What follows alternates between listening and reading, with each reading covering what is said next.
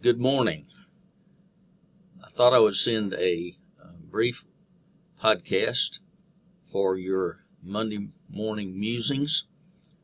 This has been on my mind for quite some time now.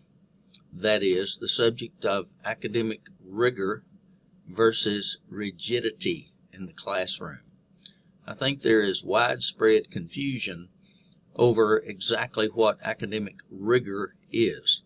Some people seem to think that being rigorous in a course or rigorous as a professor is being inflexible, being rigid. However, academic rigor is intellectual challenge. Academic rigor is personal challenge. Academic rigor is academic challenge.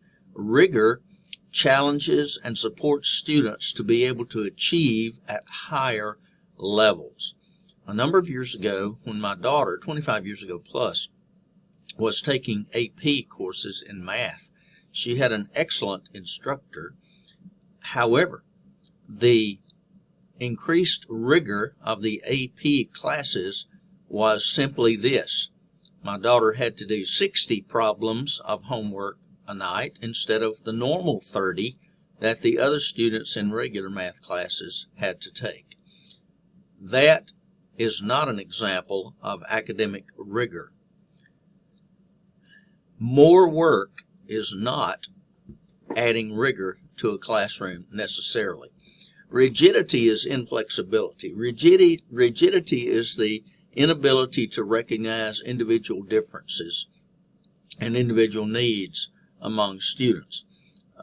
Rigor challenges a student's ability to think. It expects the most of students. The Pygmalion, theory, about that, simply says that students will live up to the expectation or live down to the expectation that they are provided with.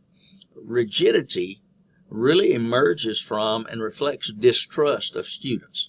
When we feel like we have to be a hard line on students, it reflects that we assume that they are all going to be trying to get out of work, and that is a significant problem.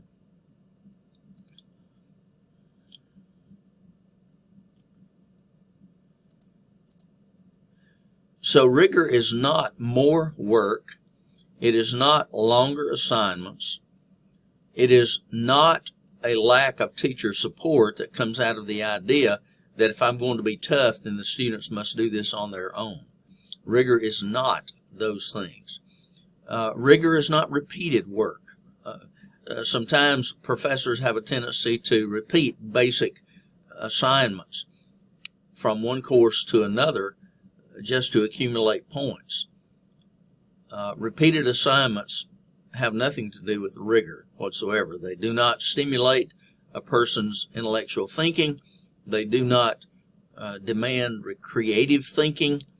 They don't demand extended thinking. This slide shows a comparison between rigor and difficulty. Now, those two things are very, very synonymous in the vocabulary of some. Rigor requires thinking, and we've said requires thinking at a different level, at an advanced level, beyond what a student is thinking at now.